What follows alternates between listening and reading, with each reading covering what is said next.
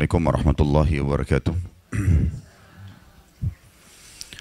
Alhamdulillah, kalimat mulia, kalimat suci, dan kalimat sempurna yang selalu kita panjatkan kepada Zat yang Maha Suci, Maha Mulia dan Maha Sempurna. Kalimat ini yang telah disiapkan oleh Sang Pencipta Allah untuk memenuhi segala kebutuhan kita, maka sangat wajar kalau kita selalu mengucapkan kalimat mulia ini. Juga kita panjatkan salam hormat kita kepada manusia yang telah diperintahkan oleh Sang Pencipta Allah untuk mengucapkan salam hormat kepadanya, menjadikannya sebagai suri tauladan atau menciplak hidupnya, cara makannya, minumnya, berpakaian, berumah tangga, bergaul, berekonomi, berpolitik, segala sesuatunya disuruh untuk mengikuti manusia terbaik ini.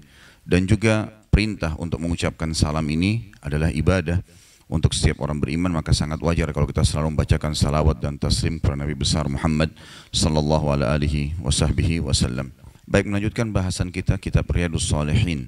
Semoga Allah berkahi pagi ini dan kita masuk ke hadis nomor 22 dan masih di bab yang sama, yaitu bab taubat.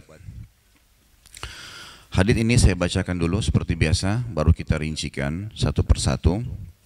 Dari Abdullah bin Ka'ab bin Malik yang merupakan penuntun Ka'ab radhiyallahu anhu dari putra-putranya, tatkala Ka'ab mengalami kebutaan. Beliau berkata, saya mendengarkan Ka'ab bin Malik radhiyallahu anhu menuturkan kisahnya ketika dia tidak ikut berangkat bersama Rasulullah sallallahu alaihi wasallam pada waktu perang Tabuk. Ka'ab berkata, lam atakhallaf ar Rasulillah sallallahu alaihi wasallam fi ghazwatin gazaha qattun illa fi ghazwati Tabuk ghaira anni qad takhallaftu fi ghazwati Badr wa lam yu'atab ahadun takhallafa anhu innama kharaja Rasulullah sallallahu alaihi wasallam wal muslimun yuriduna 'ira Quraisyin hatta jama'a Allah Ta'ala bainahum wa baina aduwihim ala ghairi mi'ad. Wa laqad syahidtu ma'a Rasulillah sallallahu alaihi wasallam lailatal aqabati hina tawathaqna 'ala al-islam wa ma uhibbu anna li biha mashhad badrin wa in kanat badrun adhkara fi an-nas minha. Wa kana min khabari hina takhallaftu an Rasulillah sallallahu alaihi wasallam fi ghazwati Tabuk أني لم أكن قط أقوى ولا أيسر مني حين تخلفت عنه في تلك الغزوة والله ما جمعت قبلها راحلتين قط حتى جمعتهما في تلك الغزوة ولم يكن رسول الله صلى الله عليه وسلم يريد غزوة إلا ورى بغيرها حتى كانت تلك الغزوة فغزاها رسول الله صلى الله عليه وسلم في حر شديد واستقبل سفرا بعيدا ومفازا واستقبل عددا كثيرا فجل للمسلمين أمرهم ليتأهبوا أهبة غزوهم فأخبرهم بوجههم الذي يريد والمسلمون مع رسول الله صلى الله عليه وسلم كثير ولا يجمعهم كتاب حافظ يريد بذلك الديوان. قال كعب فقل رجل يريد أن يتغيب إلا ظن أن ذلك سيخلف به ما لم ينزل فيه وحي من الله وغزا رسول الله صلى الله عليه وسلم تلك الغزوة حين طابت الثمار والظلال فأنا إليها أصعر فتجهز رسول الله صلى الله عليه وسلم والمسلمون معه وتفقت أغدو لكي أتجهز معه فأرجع ولم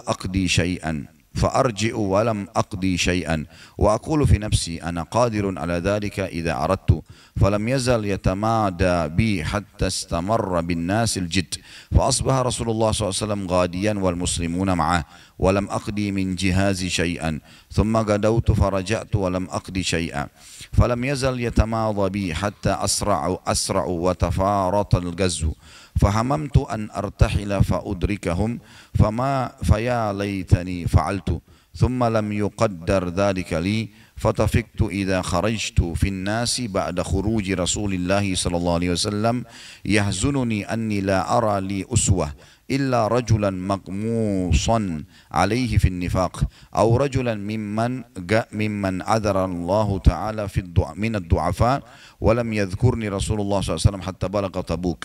فقال وهو جالس في القوم بتبوك ما فعل كعب بن مالك؟ فقال رجل من بني سلمة يا رسول الله حبسه برداه والنظر في عتفيه. فقال له معاذ بن جبل بئس ما قلت والله يا رسول الله ma alimna alaihi illa khaira. Jadi memang ini agak panjang hadisnya, diikuti saja bahasa Arabnya karena pelajarannya banyak sekali. Ini tentang perang Tabuk. Fasaqata Rasulullah sallallahu alaihi wasallam fabaina huwa ala dhalika ra'a rajulan mubidan yazulu bihi as-sarab faqala Rasulullah sallallahu alaihi wasallam kun aba khaythamah فإذا هو أبو خيثمة الأنصاري وهو الذي تصدق بصاع التمر حين لمزه المنافقون.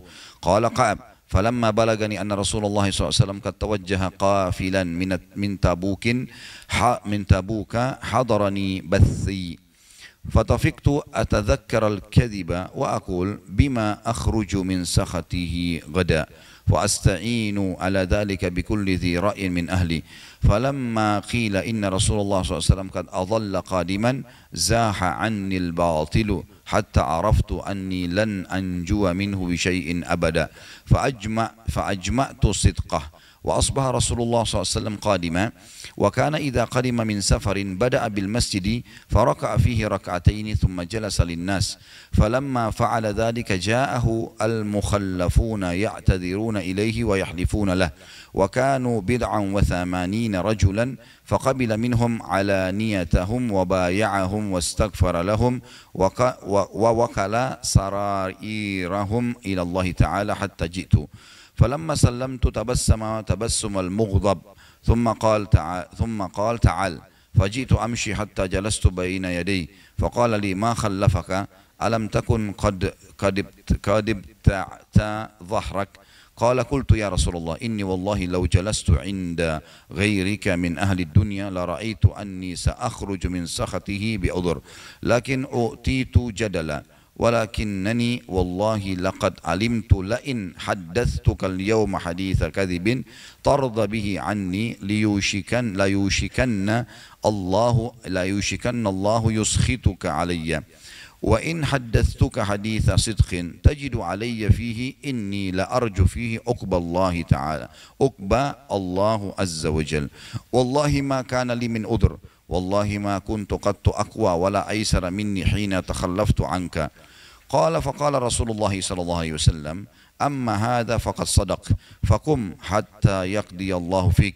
وصار رجال من بني سلمة فاتبعوني فقالوا لي والله ما علمناك أذنبت ذنبا قبل هذا لقد أجزت في أن لا تكون اعتذرت إلى رسول الله صلى الله عليه وسلم بما اعتذر به المخلفون فقد كان كافيك ذنبك استغفار رسول الله صلى الله عليه وسلم لك. Tentu sampai sini Ibu sekalian perlu juga saya jelaskan ya. Kalau kita sedang membaca ayat Al-Quran ada pahalanya setiap huruf. Mendengarkan hadis juga ada pahalanya.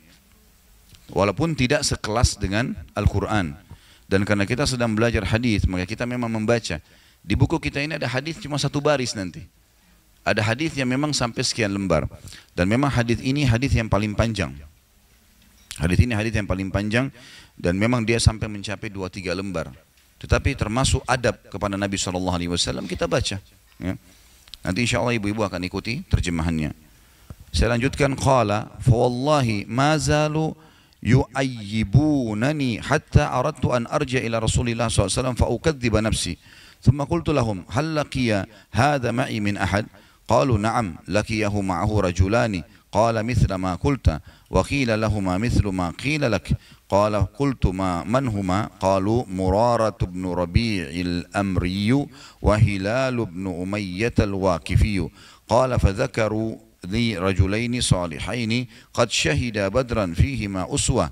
قال فمضيت حين ذكرتهما لي ونهى رسول الله صلى الله عليه وسلم عن كلامنا أيها الثلاثة من بين من تخلف عنه فاجتنبنا الناس أو قال تغيروا لنا حتى تنقرت لي في نفس الأرض فما هي بالأرض التي أعرف فلبثنا على ذلك 50 ليلة فأما صاحباي فاستكانا وقعدا في بيوتهما يبكيان وأما أنا فكنت أشب القوم وأجلدهم فكنت أخرج فأشهد الصلاة مع المسلمين وأطوف في الأسواق ولا يكلمني أحد وآتي رسول الله صلى الله عليه وسلم فأسلم عليه وهو في مجلسي بعد الصلاة فأقول في نفسي هل حرك شفتيه برد السلام أم لا ثم أصلي قريبا منه وأسارقه النظر فإذا أقبلت على صلاة نظر إلي وإذا التفت نحوه أعرض عني حتى إذا طال ذلك علي من جفوة المسلمين مشيت حتى تصورت جدار حائط أبي قتادة وهو ابن عمي وأحب الناس إلي فسلمت عليه فوالله ما رد علي السلام فقلت له يا أبا قتادة أنشدك بالله هل تعلمني أحب الله ورسوله صلى الله عليه وسلم فسكت فعدت بناشدته فسكت فعدت فناشدته فقال الله ورسوله أعلم ففاضت عيناي وتوليت حتى تصورت الجدار فبين أنا أمشي في سوق المدينة إذا تبطي من نبت أهل الشام مما قدم بالطعام يبيئه بالمدينة يقول من يدل على كعب بن مالك فطفق الناس يشيرون له إلي حتى جاءني فدفع إلي كتابا من ملك غسان وكنت كاتبا فقرأته فإذا فيه أما بعد فإنه قد بلغنا أن صاحبك قد جفاك ولم يجعلك الله بدار هوان ولا مضيعة فالحق بنا نواسيك فقلت حين قرأته وهذه أيضا من البلاء فتيممت بها التنور فسجرتها حتى إذا مضت 40 من 50 واستلبث الوحي إذا رسول الله صلى الله عليه وسلم يأتيني فقال إن رسول الله صلى الله عليه وسلم يأمرك أن تعتزل امرأتك فقلت أطلقها أم ماذا أفعل فقال لا بل اعتزلها فلا تقربنها وأرسل إلى صاحبي بمثل ذلك فقلت لامرأتي الحكي بأهلك فكوني عندهم حتى يقضي الله في هذا الأمر فجاءت امرأة هلال بن أمية رسول الله صلى الله عليه وسلم فقالت له يا رسول الله إن هلال بن أمية شيخ ضائع ليس له خادم فهل تكره أن أخدمه فقال لا ولكن لا يقربنك فقالت إنه والله ما بي من حركتي إلى شيء والله ما زال يبكي منذ كان من أمره ما كان إلى يومه هذا فقال لي بعض أهلي لو استأذنت رسول الله صلى الله عليه وسلم في امرأتك فقد أذن لامرأة هلال بن أمية أن تخدمه فقلت لا أستأذن فيها رسول الله صلى الله عليه وسلم وما يدريني ماذا يقول رسول الله صلى الله عليه وسلم إذا استأذنت فيها وأنا رجل شاب فلبثت بذلك 10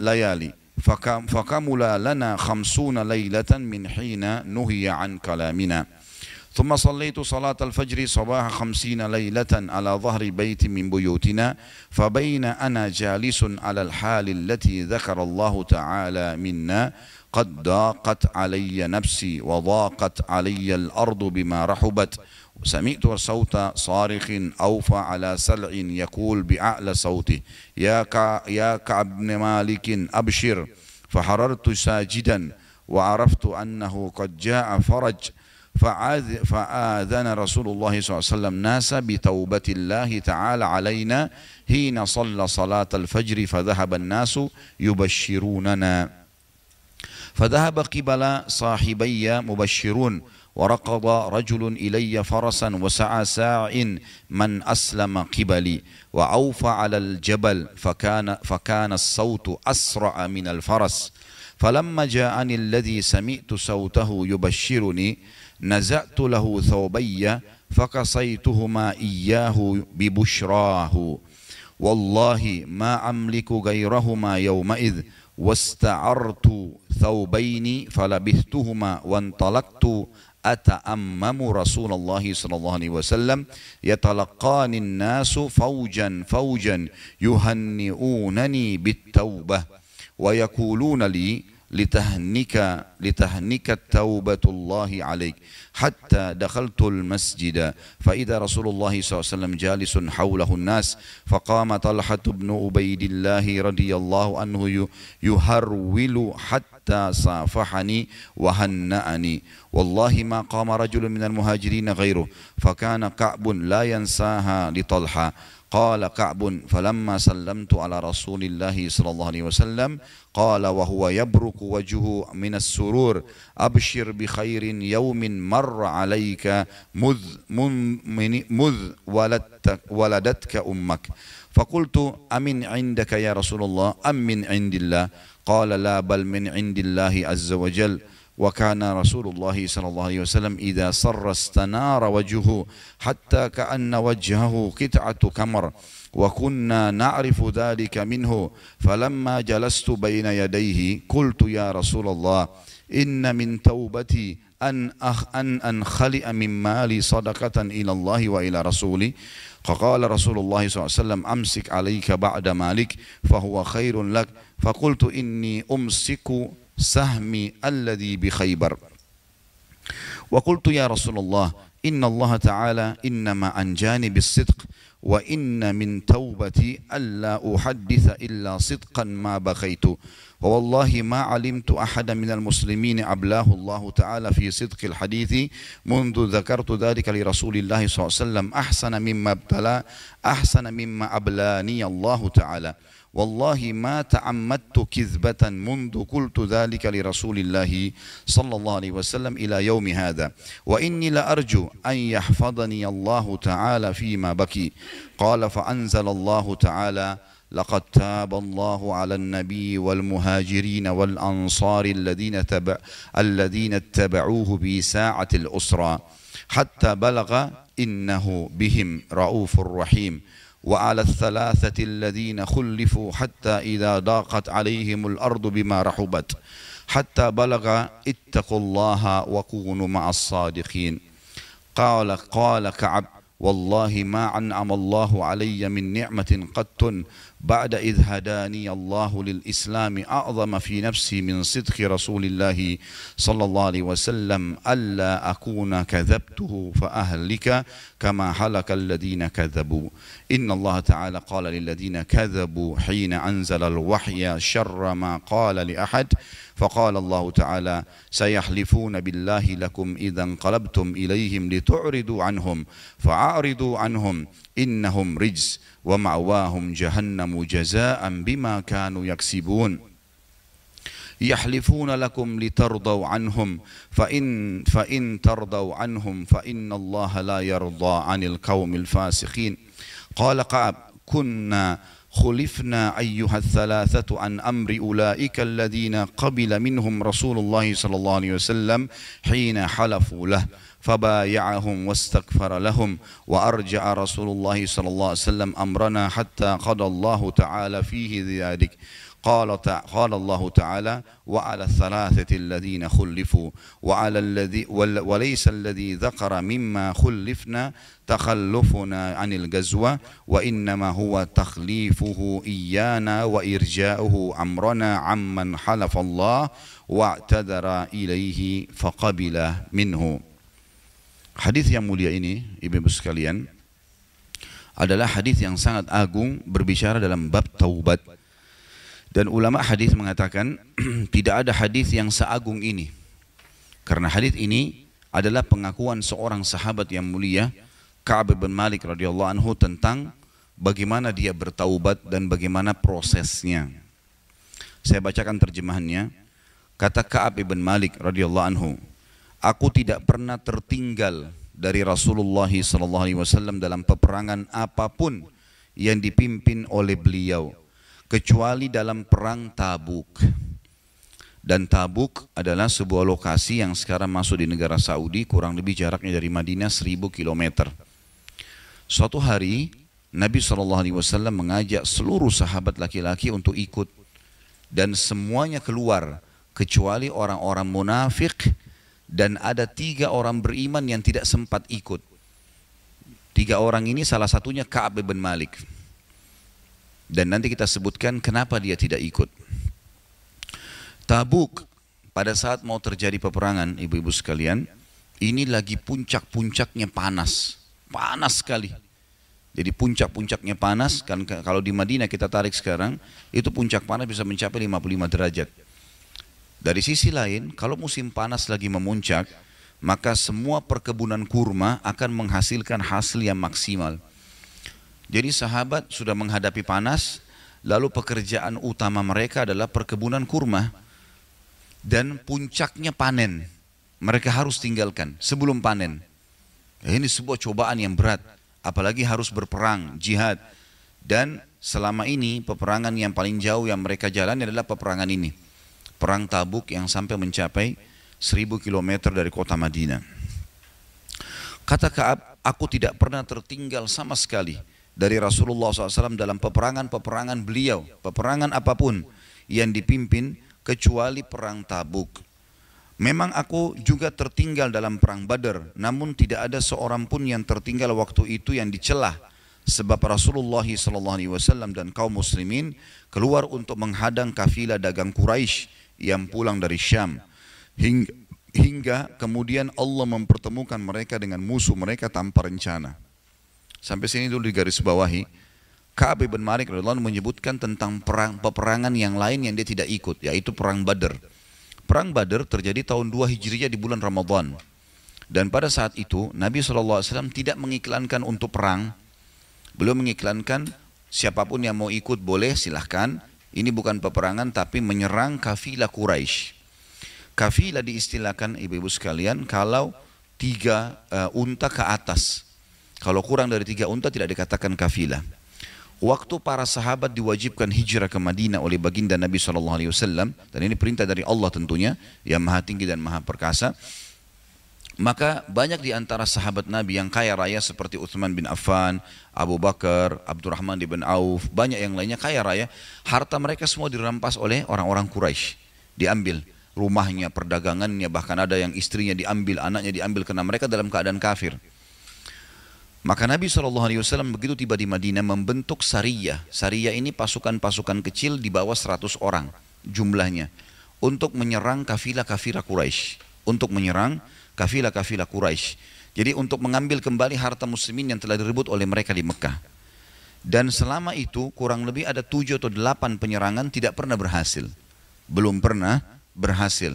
Sampai puncaknya ada satu kafilah Quraisy terdiri dari 2.500 unta dan banyak sekali harta di atasnya, dan secara kebetulan hikmah Allah di dalam kafilah itu semuanya itu isinya harta rampasan dari muslimin yang diambil oleh tokoh-tokoh Quraisy seperti Abu Jahal, Abu Lahab, Umayyah bin Khalaf, Utbah bin Rabi'ah, ya, Syaibah bin Rabi'ah. Ini semua mereka yang mencuri, mengambil harta-harta itu, dan ini tidak dibagikan oleh masyarakat umumnya tapi tokoh-tokoh masyarakatnya.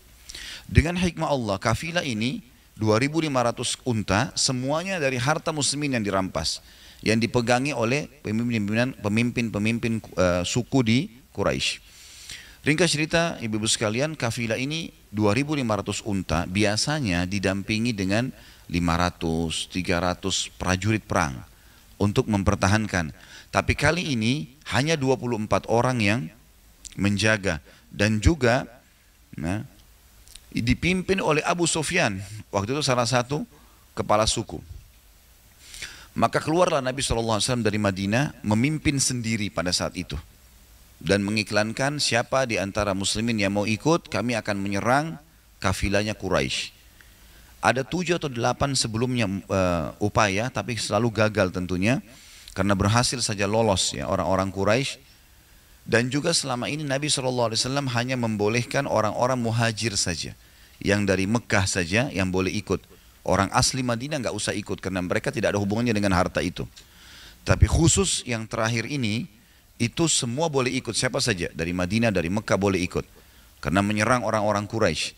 Terkumpullah karena ini bukan peperangan dan pilihan, maka akhirnya terkumpul 313 orang bersama Nabi SAW, 314.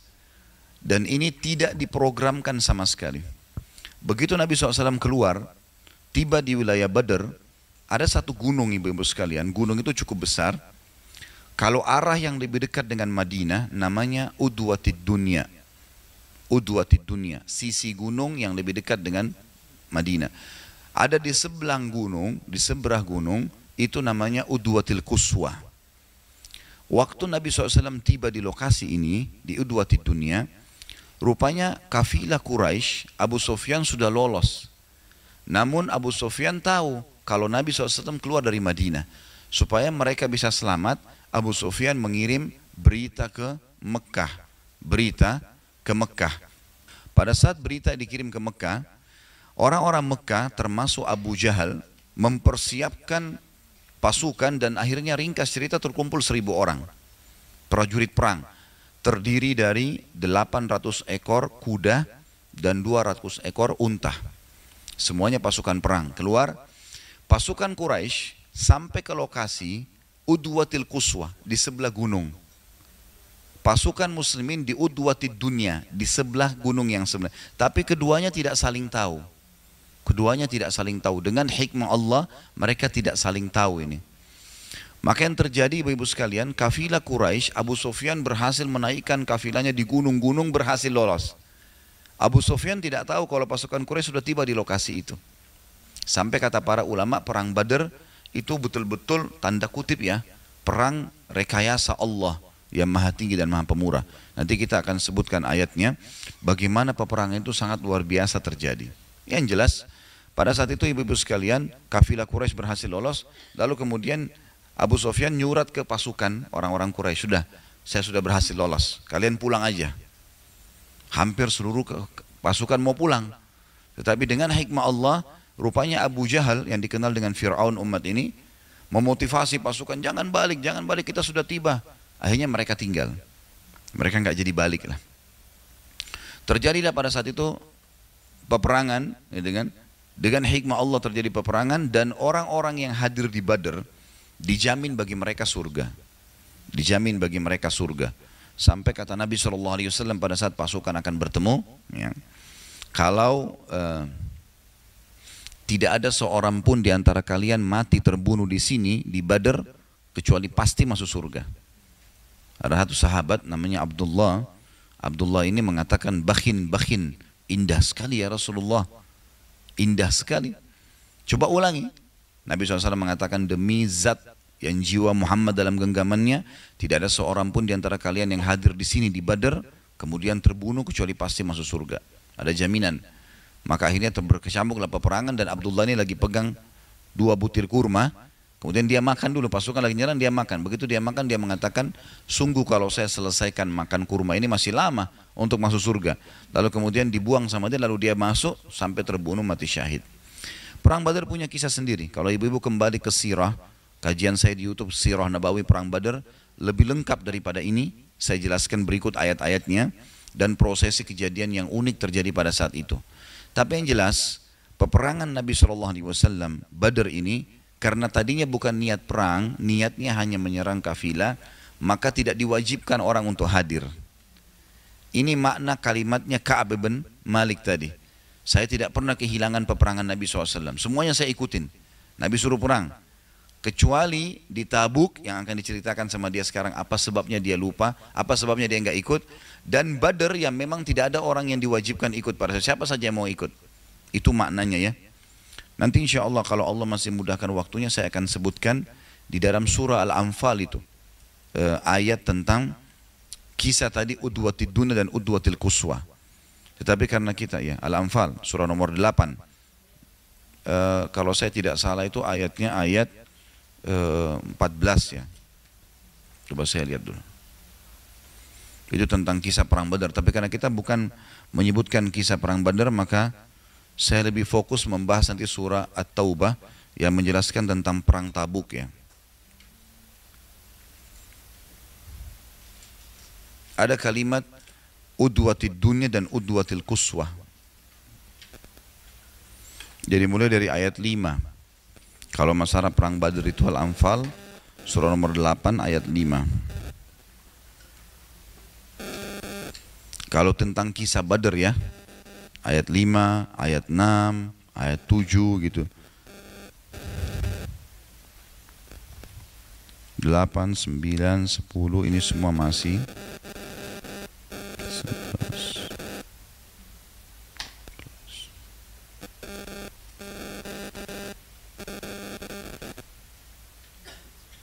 Baik, saya bacakan ayat 5-nya. A'udzubillahi minasyaitonirrajim. Kama akhrajaka rabbuka min baitika bil haqqi wa inna fariqam minal mu'minina lakarihun. Sebagaimana Tuhanmu menyuruhmu pergi dan keluar dari rumahmu hai Muhammad dengan kebenaran. Padahal sesungguhnya sebagian dari orang-orang beriman tidak menyukainya. Jadi ada orang-orang beriman memang kena dianggap pergi menyerang dan masih ada pilihan boleh ikut boleh nggak ikut, maka mereka banyak yang tidak ikut, makanya yang keluar hanya 313 orang. Kemudian ayat 6-nya yujadilunaka fil haqqi ba'dama tabayyana ka'annama yusaquna ilal mauti wa hum yanzurun. Mereka membantahmu tentang kebenaran sesudah nyata bahwa mereka pasti menang, seolah-olah mereka dihalau kepada kematian, sedangkan mereka melihat sebab-sebab kematian itu. Jadi ceritanya di ayat kedua, di ayat ke-6 ini, waktu pasukan sudah ketemu antara pasukan Nabi SAW di sebelah gunung dengan pasukan Quraisy di sebelah. Nabi SAW sampaikan, ini di sebelah gunung ini sekarang ada pasukan Quraisy. Kita bukan lagi hadapin kafilah yang cuma dijaga 24 orang. Sekarang ini di sebelah gunung ada 1000 orang. 1000 orang pasukan perang. Jumlah sahabat 313 orang. Jadi cuma 30%. Dan keluar dari Madinah bukan niat perang. Maka mereka ada yang tidak pakai baju besi, mereka ada yang cuma jalan kaki, jadi tidak ada persiapan perang. Sementara pasukan Quraisy ini semuanya pasukan perang. Maka Nabi SAW bilang, apa pendapat kalian? Perang atau enggak? Abu Bakar berdiri mengatakan, ya Rasulullah, apapun yang Allah perintahkan kepada anda, jalankan, kami akan bersama dengan anda. Perang, pulang. Nabi SAW mengatakan, terima kasih. Duduk Abu Bakar, Nabi bilang lagi, hai manusia, berikan pendapat. Umar berdiri, ya Rasulullah, seperti perkataan Abu Bakar, lakukan apa yang Allah perintahkan pada anda, kami akan pasti patuh. Perang, pulang. Nabi SAW terima kasih. Nabi mengatakan lagi, hai manusia, beritahukan pendapat kalian. Berdiri Mikdad. Mikdad ini terkenal satu orang punya kekuatan 1000 orang di medan perang. Kuat sekali secara fisik, gitu kan. Sampai Umar bin Khattab selalu meletakkan Mikdad di pasukannya, di bagian depan. Maka Mikdad bilang, ya Rasulullah, jangankan anda mengajak kami berperang melawan Quraisy yang 1000 ini, kalau anda mengajak kami ke Biraqal Jimat. Biraqal Jimat adalah sebuah lokasi antara Madinah sama Yaman.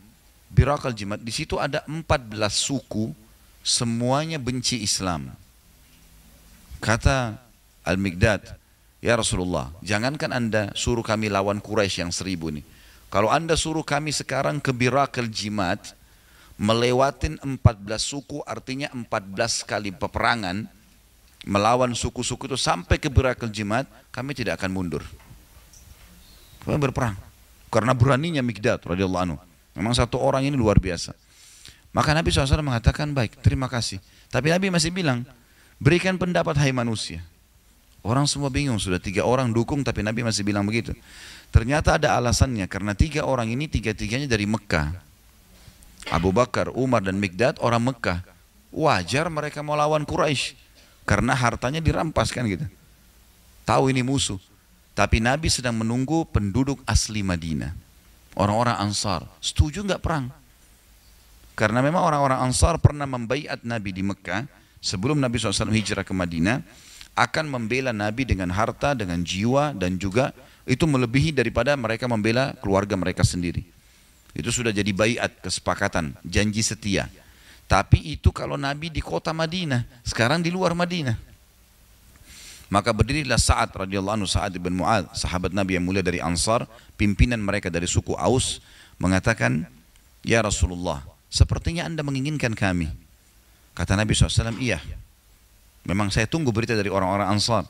Maka dia mengatakan, "Ya Rasulullah, jangankan Anda menyuruh kami menghadapi musuh, kalau Anda masuk ke dalam lautan pun, kami akan ikut bersama Anda. Dan kami tidak akan pernah mengatakan seperti yang dikatakan seperti dikatakan pengikut Musa kepada Musa. Waktu Nabi Musa alaihissalam selamat dari Fir'aun, Allah suruh bawa Bani Israel menyerang Palestina supaya masuk di Palestina gitu. Tapi mereka tidak mau. Mereka mengatakan, "Pergilah hai Musa, kau berdua dengan Tuhanmu, perangi, kalau menang sampaikan ke kami." Jadi luar biasa kurang ajarnya mereka pada Nabi Musa pada saat itu. Kata Sa'ad, "Kami tidak akan ucapkan itu, tapi kami akan ucapkan, pergilah engkau dengan Tuhanmu berdua dan kami akan bersama kalian berdua untuk memerangi musuh. Maka bawalah kami ya Rasulullah dimanapun Anda inginkan." Maka Nabi SAW pun gembira lalu mengatakan, "Sesungguhnya peperangan, ya, Allah telah menjanjikan padaku sekarang, Jibril datang membawa berita gembira, kalau kita bisa mendapatkan salah satu dari dua ini. Kalau bukan kita temukan kafilah dan kita akan dapat 2.500 unta itu semuanya, atau kita akan melawan pasukan, tapi pasukan ini juga akan kita menangkan walaupun jumlah kita lebih sedikit." Janji dari Allah. Tapi waktu itu orang-orang masih belum pernah berperang bersama Nabi SAW, peperangan yang langsung. Ini peperangan pertama mereka hadapi. Maka secara kejiwaan banyak sahabat yang masih lebih suka kalau menyerang kafilah, jangan pasukan. Karena kafilah sedikit yang jaga, ini pasukan. Pada saat itu pasukan muslimin sempat menangkap ada 2 orang dari pasukan Quraisy. Mereka nggak tahu kalau di sebelah gunung ini ada Nabi. Cuma batas gunung saja. Dengan hikmah Allah mereka tidak tahu. Makanya dalam Al-Quran, dalam Al-Anfal kalau kita bacakan lengkap ini, itu sebenarnya diceritakan bagaimana Allah telah mengatur peperangan itu. Karena kalau kalian janjian, kalian tidak akan berperang. Maka lewatlah 2 orang pasukan Quraisy ke tempat pasukan muslimin mau cari air, mau minum, gak ada air. Mereka tidak tahu kalau di sana ada pasukan. Lalu ditawan oleh muslimin. Waktu ditawan digebukin. "Kalian dari mana? Dari kafilah atau dari pasukan?" Mereka bilang, "Kami dari pasukan Quraisy." Jadi beberapa sahabat karena tidak mau berperang lawan pasukan, terus saja digebukin. "Kalian pasti dari kafilah, kalian pasti dari kafilah." Sampai karena kesakitan 2 orang ini mengatakan, "Iya, kami dari kafilah." Akhirnya Nabi SAW pimpin sholat, habis sholat Nabi mengatakan, "Sungguh aneh kalian ini. Pada saat kedua orang itu jujur, kalau mereka dari pasukan, kalian gebukin. Pada saat mereka bohong, mereka mengatakan kami dari kafilah, kalian membenarkan. Karena jiwa itu masih belum mau berperang." Gitu kan. Ini peperangan mereka yang pertama. Maka akhirnya Nabi SAW meringkas cerita terjadi peperangan, dan pada saat itu makna ayat Al-Anfal 6 tadi di sini, bahwasanya ada sebagian orang-orang beriman tidak menyukainya. Maksudnya bukan tidak menyukai jalan bersama Nabi SAW, tapi tidak menyukai bertemu dengan pasukan Quraisy. Yang ayat 6 ya. Makanya dikatakan mereka membantahmu. Maksudnya di sini adalah mereka berdialog, minta supaya semoga saja yang diserang adalah kafilah. Ayat 7-nya, "Wa idh ya'idukumullahu ihdat ta'ifataini annaha lakum wa tawadduna anna ghaira dhati syauqati takunu lakum wa yuridullahu an yuhiqqal haqqa bikalimati wa yaqta'a dabiral kafirin." Dan ingatlah ketika Allah menjanjikan kepadamu bahwa salah satu dari 2 golongan yang kamu hadapi, kafilah atau pasukan, adalah untukmu, pasti kalian menang hai muslimin. Sedang kamu menginginkan bahwa yang tidak mempunyai kekuatan senjata lah yang untukmu. Maksudnya kafilah, bukan pasukan. Dan Allah menghendaki untuk membenarkan yang benar dengan ayat-ayatnya dan memusnahkan orang-orang kafir. Maksudnya Allah memang sengaja mau membuat kalian bertemu dengan pasukan, lalu kalian menang, supaya jiwa kalian setelahnya mau berperang. Dan juga orang-orang kafir terpukul. Karena memang di perang Badar, ibu-ibu sekalian, tokoh-tokoh Quraisy itu lebih dari 15 orang mati semua. Termasuk Abu Jahal, Umayyah bin Khalaf, ini mati semua di perang Badar itu. Kata Allah, tujuannya Allah mempertemukan 2 pasukan ini, liyuhiqqal haqqa wa yubtilal batila walau karihal mujrimun. Dan Allah menetapkan yang hak Islam dan membatalkan yang batil atau kesyirikan walaupun orang-orang yang berdosa tidak menyukainya. Tentu setelahnya ini ada ayat-ayat Al-Quran bicara tentang turunnya malaikat, ya, membantu mereka adanya hujan yang turun di pasukan muslimin, turun hujan gerimis lembut sekali sehingga membuat malam itu pasukan muslimin tertidur semuanya. Di sebelah gunung turun hujan lebat sehingga membuat musyrikin tidak ada yang bisa tidur malam itu. Berat semua baju-baju mereka, lalu becek tanah-tanah mereka sehingga mereka sulit untuk jalan, ya. Dan itu ada tentu disebutkan dalam Al-Quran di sini, ya. Itu di ayat Al-Anfal ayat 11-nya. Saya agak cepat di sini karena kita bukan bicara Badr, ya. Kita bicara tentang Tabuk, ya. Maka itu di ayat 11-nya kalau ibu-ibu baca, itu Allah SWT menyebutkan, ingatlah ketika Allah menjadikan kamu mengantuk sebagai suatu penentraman dirinya. Dan Allah menurunkan kepadamu hujan dari langit, gerimis tadi, untuk mensucikan kamu dengan hujan itu dan menghilangkan dari kamu gangguan-gangguan syaitan, dan untuk menguatkan hati dan memperteguhkan dengannya telapak kakimu. Jadi lokasi muslimin kena hujan gerimis, padang pasir itu kalau kering, tanahnya cepat capek kita kalau jalan. Berat. Kalau dia terlalu becek juga berat jalan. Tapi kalau cuma dipercikin air sedikit itu jadi ringan kita jalan di atasnya. Maka di pasukan muslimin diturunkan hujan yang gerimis supaya langkah kaki mereka waktu lawan musuh itu mudah. Sementara orang-orang Quraisy dibuatkan sulit mereka untuk itu. Ya, di ayat 42 yang tadi saya janjikan itu tentang lokasi pasukan muslim di Udwatid Dunya, lebih dekat dengan Madinah, dengan pasukan kafir di Udwatil Quswa. Sama Al-Anfal tapi ayat 42-nya langsung. A'udzu billahi minasyaitonir rajim. Idz antum bil udwatid dunya wa hum bil udwatil quswa war rakbu asfala minkum. Walau tawa'adtum lakhtalaftum fil mi'adi walakin liyaqdi Allah amran kana maf'ula liyahlika man halaka an bayyinatin wa yahya man hayya an bayyinah wa inna Allah lasamiun alim. Ingatlah ketika hari kamu berada di pinggir lembah yang dekat, Udwatid Dunya, maksudnya lebih dekat dengan Madinah. Dan ketika mereka, pasukan Quraisy berada di pinggir lembah yang jauh, Udwatil Quswa, di sebelah gunung itu. Dan kafilah Quraisy Abu Sufyan tadi yang lagi dikejar muslimin, itu berada di dekat kalian, di bawah kalian, maksudnya sudah lewat dari kalian. Kata Allah, sekiranya kalian mengadakan persetujuan untuk menentukan hari pertempuran itu, pastilah kalian tidak sependapat dalam menentukan pertempuran itu. Artinya kalau ini tiba-tiba saja Nabi bilang, ayo kita berperang lawan Quraisy, mungkin mereka tidak akan keluar. Tapi Allah, di sini dikatakan, Allah sengaja membuat itu. Akan tetapi Allah mempertemukan dua pasukan itu agar dia melakukan satu urusan yang mesti dilaksanakan. Maksudnya Allah berikan kemenangan kepada muslimin dan menghinakan orang-orang kafir. Yaitu agar orang-orang yang binasa itu binasanya dengan keterangan yang nyata. Kalau ada orang mati dalam Islam berarti mati syahid, mati dalam keadaan kafir berarti masuk neraka. Agar orang hidup, kalaupun hidup selamat dari peperangan, dia hidup dalam keimanan yang beriman, dan juga kalau dia meninggal kalau dia hidup dalam keadaan kafir, jelas kekafirannya. Semua itu sungguhnya karena Allah Maha mendengar lagi Maha mengetahui. Kita tinggalkan dulu ini tentunya karena kita akan bahas lanjutan hadisnya.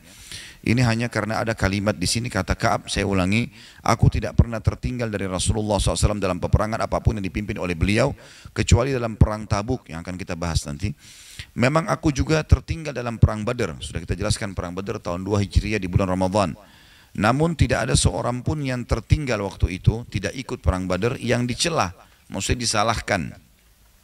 Sebab Rasulullah SAW dan kaum muslimin keluar untuk menghadang kafilah dagang Quraisy yang pulang dari Syam hingga kemudian Allah mempertemukan mereka dengan musuh mereka tanpa rencana. Jelas sampai sini, ya? Baik, kita lanjutkan. Dan sebelumnya aku telah hadir bersama Rasulullah SAW pada malam Aqabah. Malam Aqabah, Aqabah ini nama tiang tempat jumrah, ya, jumrah Aqabah. Nah itu ada kejadian, ya. Jadi Nabi Muhammad SAW setiap kali musim haji selalu menggunakan kesempatan musim haji untuk berdakwah, menyampaikan kepada jemaah haji yang datang, tentang Islam, karena mereka juga haji pada saat itu. Tapi hajinya mereka dengan kemusyrikan sambil sembah-sembah berhala, gitu kan. Tapi haji hadir di Mina, di Muzdalifah dari zaman Ibrahim alaihissalam. Syariatnya kan dari zaman Ibrahim alaihissalam, dan penduduk Mekah mencampur baurkan antara syariat Ibrahim alaihissalam dengan kemusyrikan. Tapi mereka hadir di Arafah, mereka hadir di Muzdalifah, mereka hadir di Mina seperti kita sekarang. Hanya saja mereka taruh berhala-berhala di setiap tempat ini untuk dijadikan perantara dengan Allah, dan Allah tidak butuh perantara benda mati. Ya. Maka di sini dikatakan malam Aqabah, maksudnya hari Aqabah itu pernah Nabi lagi berdiri di Aqabah, ada beberapa orang dari Madinah datang kemudian membaiat Nabi. Jadi ada dikenal dalam buku sejarah baiat Aqabah pertama, baiat Aqabah kedua. Janji setia di Aqabah pertama, janji setia di Aqabah yang kedua. Janji setia di Aqabah pertama itu terjadi ibu-ibu sekalian pada saat Nabi SAW bertemu dengan beberapa orang-orang Madinah lalu menawarkan Islam. Rupanya orang-orang Madinah ini mereka tinggal di Madinah bersama dengan komunitas orang-orang Yahudi. Saya pernah sebutkan nama 3 suku Yahudi di Madinah. Masih ingat gak? Anggap lupa sudah, apa boleh buat. Qainuqa, Nadhir dan Quraidah. Ini pernah kita tulis dulu. Suku Qainuqa, Nadhir dan Quraidah. Harus cepat tulisnya. Qainuqa. Qainuqa. Ini kan bukan anak SD, harus didikte satu-satu. Qainuqa, kemudian Nadhir, Nadhir dan Quraidah. Ya, 3 suku. Andai ada papan tulis saya tuliskan gitu kan, tapi yang jelas 3 nama suku ini. Nah ini 3 suku Yahudi sekarang ini ditulis dalam buku-buku sejarah Islam karena mereka penduduk Madinah pada saat itu. Dan kebanyakan orang-orang Yahudi sekarang keturunan dari mereka ini. Qainuqa, Nadhir dan Quraidah. Mereka iya, Quraidah pakai dha ya. Jadi 3 suku ini itu mendominasi penduduk Madinah 50%. Jadi 50% penduduk Madinah waktu itu dari orang Yahudi 3 suku ini. Sisanya 50% lagi dari turunan Arab asli Madinah. 2 suku, namanya Aus dan Khazraj. Aus dan Khazraj. Jadi waktu itu Madinah dihuni oleh 5 suku ini gitu ya. Aus dan Khazraj 50%, Qainuqa, Nadhir dan Quraidah 50%. Nah, rupanya orang-orang Yahudi yang 3 suku ini, kenapa? Khazraj. Ya. Nanti ini setelah masuk Islam, Aus dan Khazraj namanya Ansar. Suku Ansar. Digabung jadi Ansar. Aus dan Khazraj. Aus dan Khazraj. Ini saya yakin kalau anak-anaknya ibu yang hadir sini langsung tahu ini, hafal. Cuma ibu-ibunya punya penyakit al-malas.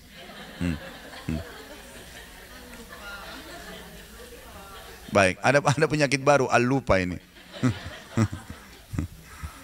Baik. Yang jelas, orang-orang Yahudi yang 3 suku ini, Bu, supaya mereka aman, dan ini selalu strateginya Yahudi sama. Mereka buat Aus dan Khazraj perang. Dikacoin. Jadi suku Yahudi yang 3 ini ada yang membiayai Aus, ada yang membiayai Ansar, kasih senjata, suplai makanan, perang. Jadi kacau terus ini. Dan 3 suku Yahudi ini suka bilang kepada Aus dan Khazraj, nanti di kota ini akan keluar nabi terakhir. Di Madinah ini keluar nabi terakhir, dan kami datang hijrah ke Madinah karena nunggu nabi itu. Dari dalam Taurat dan Injil disebutkan tempat hijrahnya nabi terakhir itu kota yang bernama Yathrib. Yathrib itu nama lainnya kota Madinah dulu sebelum Islam, tapi setelah Islam Nabi SAW ganti menjadi Madinah atau Taba atau Tayyibah. Dari namanya kota Madinah ada banyak. Maka kata orang-orang Yahudi kepada Aus dan Khazraj, di sini akan keluar nabi terakhir nanti, dan kalau nabi itu keluar kami akan beriman padanya, dan pada saat kami beriman kami akan perangi kalian hai Aus dan Khazraj. Dan pasti kami menang karena bersama kami Nabi. Seperti itulah. Orang-orang Aus dan Khazraj, mereka orang-orang musyrik, sembah berhala seperti orang Mekah. Mereka tahu ada Tuhan namanya Allah, tapi mereka masih menyembah berhala, gitu kan? Namanya syirik, mempartnerkan Allah dengan makhluk. Mereka bilang, ya Allah iya, tapi sambil minta sama batu. Ada patung di rumahnya, dianggap hai patung apa, dipanggil namanya dewa apa, mintalah kepada Allah, seperti itu. Atau minta langsung kepada patung. Ini Allah nggak butuh, nggak ada musyrikan. Seperti banyak orang sekarang yakin dengan jimat-jimat, dengan kuburan, benda mati semua. Seperti itulah kurang lebih.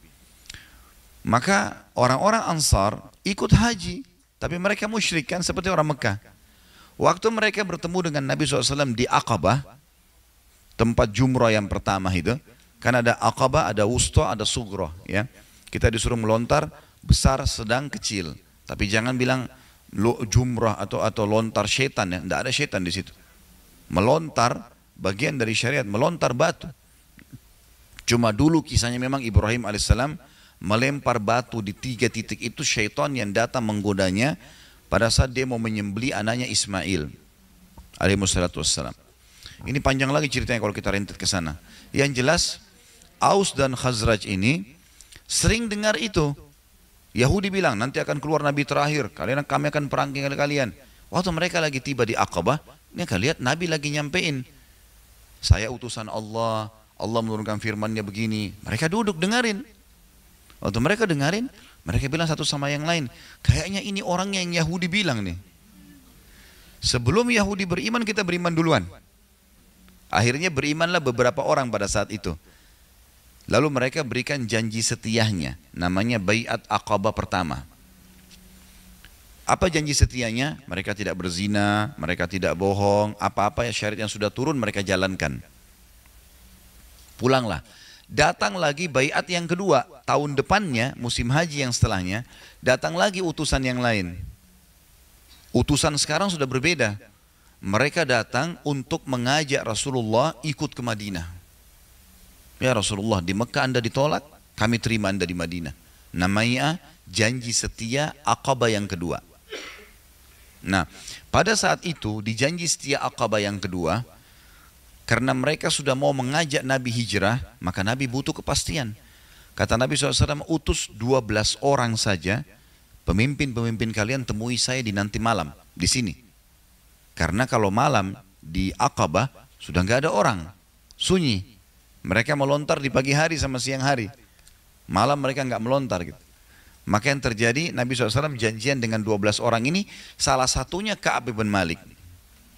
Yang sedang tokoh kita yang sedang menceritakan ini. Ya.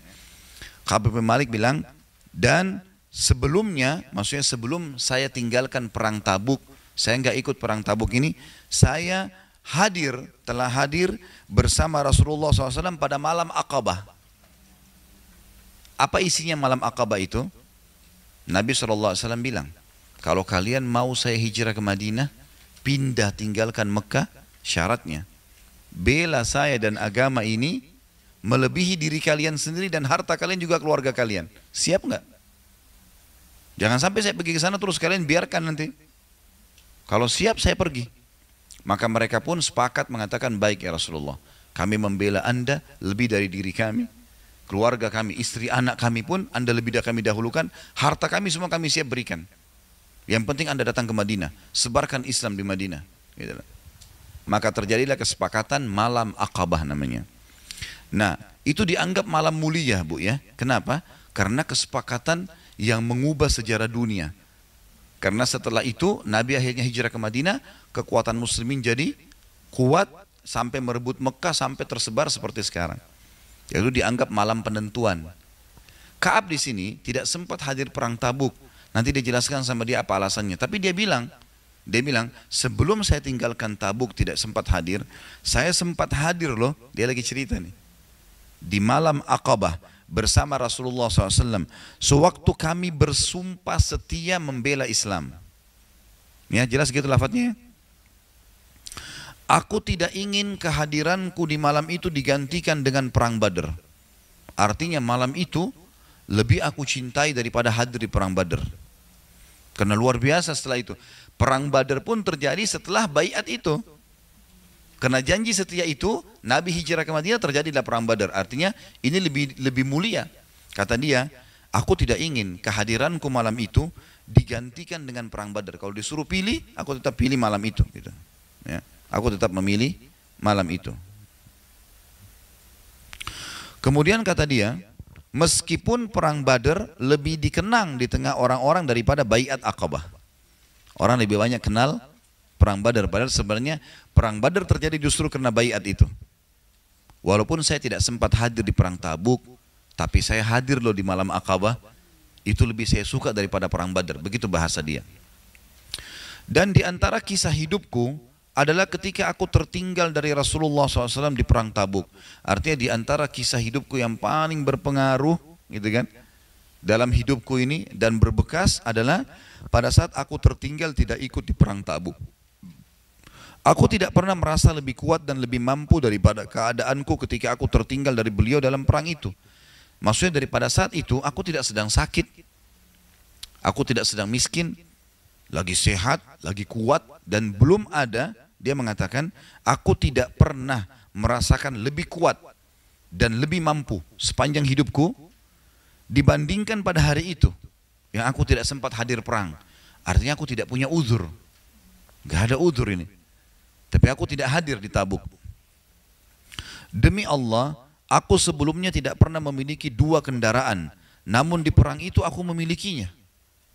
Sebelum ini, aku cuma punya 1 kuda. Tapi pada saat itu ekonomiku lagi bagus, fisikku lagi sehat, sampai aku punya 2 ekor kuda. Artinya mampu ikut perang. Ya. Kata dia, Rasulullah SAW tidak pernah menginginkan peperangan, melainkan beliau menyembunyikan daerah sasarannya dengan mengisyaratkan seolah-olah beliau menuju ke yang lainnya. Hingga pada perang itu Rasulullah SAW berperang menuju Tabuk dalam musim yang sangat panas dan menghadapi perjalanan yang sangat jauh menempuh padang pasir. Sampai sini dulu Bu ya. Makna kalimat di sini dia mengatakan Rasulullah SAW tidak pernah menginginkan peperangan, melainkan beliau menyembunyikan daerah sasaran. Ini strategi perang Nabi. Jadi kalau Nabi SAW mau serang misalnya Mekah, nanti di peperangan Mekah juga begitu ya. Beliau jalan jauh, lawan arahnya. Jadi orang-orang tidak tahu kalau Nabi akan serang Mekah. Musuh tidak sempat siap. Juga kalau ada orang yang mau memata-matain, mereka tidak tahu. Prajurit-prajurit pun tidak disampaikan. Nabi cuma bilang kita akan jihad, siap-siap, siap semuanya. Keluar-keluar, tunggu instruksi saja. Dan ini salah satu strategi. Makanya di sini Nabi SAW dikatakan selalu menyembunyikan daerah sasarannya dengan mengisyaratkan seolah-olah beliau menuju ke yang lain. Artinya mengalihkan tempat lain. Hingga pada perang itu, maksudnya perang Tabuk, Rasulullah SAW berperang menuju Tabuk dengan musim yang sangat panas. Dan ini maksudnya adalah kecuali perang Tabuk, Nabi iklankan kita akan ke Tabuk. Peperangan yang lain semua Nabi sembunyikan, kecuali perang itu. Jadi jelas-jelas. Dan perlu ibu-ibu tahu, perang Tabuk adalah wilayah Tabuk waktu itu dikuasai oleh Romawi. Kekuatan Bizantium Romawi, kekuatan yang menguasai setengah dunia pada saat itu. Jadi Nabi dengan pasukan yang kecil sebenarnya, tapi mau menyerang ke sana, menunjukkan kekuatan kaum muslimin. Dan memang di perang Tabuk ini ibu-ibu sekalian, pada saat Nabi SAW tiba di sana, ya, itu Kaisar Romawi dengan para pendetanya bermusyawarah. Jumlah Nabi SAW tidak banyak, 1000 orang saja, sekian. Pada saat itu orang-orang Romawi tidak berani menghadapi Nabi. Karena setelah mereka musyawarah, para pendeta mengatakan kami tahu ini zaman keluarnya Nabi. Dan kalau betul dia Nabi, kita tidak akan pernah bisa menang. Lebih baik gak usah dihadapi. Maka Nabi SAW menunggu di wilayah Tabuk sebulan. Menguasai wilayah itu sebulan. Menunjukkan kekuatan muslimin baru pulang ke Madinah. Tentu di sini di kisah kita tidak diceritakan, ini saya sampaikan saja. Kemudian dikatakan di sini, pada saat itu sangat panas, maksudnya musim panas yang luar biasa, dan saya sudah jelaskan tadi di awal. Dan menghadapi perjalanan yang sangat jauh menempuh padang pasir, ada footnote nomor 47 di bawah, yakni daratan yang sedikit airnya. Ia dinamakan mafazah atau tempat keselamatan, adalah sebagai rasa optimisme dan harapan. sebab sedikit sekali orang yang selamat dari padang pasir. Di antara Madinah dan Tabuk terdapat beberapa padang pasir. Jadi orang dulu itu kalau jalan di padang pasir, mereka sudah tahu lebih banyak persentase meninggalnya daripada hidupnya. Karena di padang pasir itu bisa kehilangan arah, bisa ada binatang buas, kehabisan air bisa mati. Kalau malam tidur tidak bisa terlindungi, padang pasir terbuka semuanya. Ya. Sementara antara Madinah sama Tabuk itu akan melalui beberapa padang pasir. Dan menghadapi jumlah pasukan yang sangat besar, karena jumlah Romawi waktu itu di Tabuk kurang lebih prajurit perangnya 250.000 orang. Pasukan Nabi SAW 1.000 lebih saja. Beliau menjelaskan kepada kaum muslimin tentang urusan mereka yang sangat serius, agar mereka bersiap-siap dengan segala perbekalan mereka untuk menghadapi perang. Beliau menjelaskan kepada mereka arah mana yang hendak beliau tuju. Jadi satunya peperangan yang Nabi iklankan ke Tabuk, arah jalan kita jelas ke sana. Ya, ini adalah perang Tabuk saja. Orang-orang Islam yang bersama Rasulullah SAW sangat banyak dan mereka tidak didaftar dalam buku induk, maksudnya buku induk negara, maksudnya tidak dijumlah lagi, siapa saja mau ikut-ikut. Gitu. Ka'ab berkata, melanjutkan, maka hampir tidak ada orang yang ingin absen dari perang, semuanya ikut, ini kesempatan. Gitu kan? Kecuali dia menduga bahwa hal itu tidak akan diketahui selama tidak ada wahyu dari Allah yang menjelaskan. Jadi yang tidak ikut hanya orang-orang yang mungkin menganggap wahyu tidak akan bongkar nih. Orang-orang munafik sengaja tidak ikut. Nanti ada sekitar 80 orang sekian yang tidak ikut. Ya. Rasulullah SAW berangkat pada perang itu ketika buah-buahan sedang masak dan pohon-pohon menjadi rindang. Artinya sudah sebentar lagi panen. Sampai orang-orang munafik mengatakan, hai muslimin, kalian mau pergi perang, ikut ke Tabuk, jaraknya jauh, lagi panas, dan ini sebentar lagi panen. Siapa yang mau panen ini di kebun kalian? Digoda seperti itulah. Maka aku lebih cenderung kepadanya, maksudnya kepada panen kurma daripada peperangan, kata Ka'ab bin Malik. Rasulullah SAW dan kaum muslimin yang bersamanya sedang berkemas-kemas, dan aku pun segera pulang untuk bersiap-siap bersama beliau. Akhirnya aku berpikir untuk ikut perang. Tetapi setelah aku pulang, aku tidak melakukan apa-apa. Aku berkata dalam hati, aku bisa melakukannya kapan saja aku mau. Maksudnya tidak siap-siapin kudanya, tidak siapin pedangnya, tidak siapin tombaknya, baju perang. Saya tidak persiapkan apa-apa, kata dia. Dan aku berkata, aku bisa melakukan kapan saja. Begitulah keenggangan terus menyergapku hingga orang-orang terus berbenah dengan serius. Maka pada pagi harinya, Rasulullah SAW dan kaum muslimin yang bersamanya berangkat untuk perang. Sementara aku belum melakukan persiapan apa-apa. Tanpa sebab. Dia bilang begitu saya tiba-tiba terjadi. Kemudian aku beranjak, lalu aku kembali lagi tanpa melakukan apa-apa. Hal itu berlangsung terus saja padaku hingga mereka berangkat dengan segera dan aku tertinggal perang. Aku bertekad untuk berangkat menyusul mereka. Andai saja aku melakukan saat itu. Maksudnya, ini kan dia cerita setelah peperangan terjadi. Dia ceritain penyesalannya. Waktu itu sebenarnya aku sempat mau nyusul. Waktu Nabi sudah keluar dari Madinah, aku mau nyusul. Tapi aku tidak lakukan. Andai saja aku melakukannya. Namun, kemudian hal tersebut tidak ditakdirkan untukku, maka ketika aku keluar ke tengah manusia, setelah keberangkatan Rasulullah SAW, aku merasa bersedih, karena aku tidak melihat seorang panutan untukku.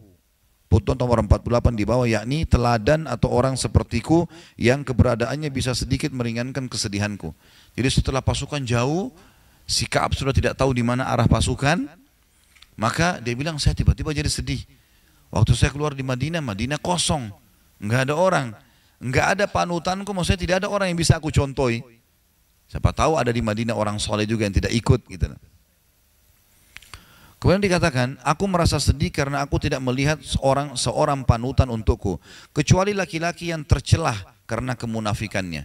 Kecuali orang-orang munafik ada kelihatan di Madinah, memang sudah ketahuan orang-orangnya.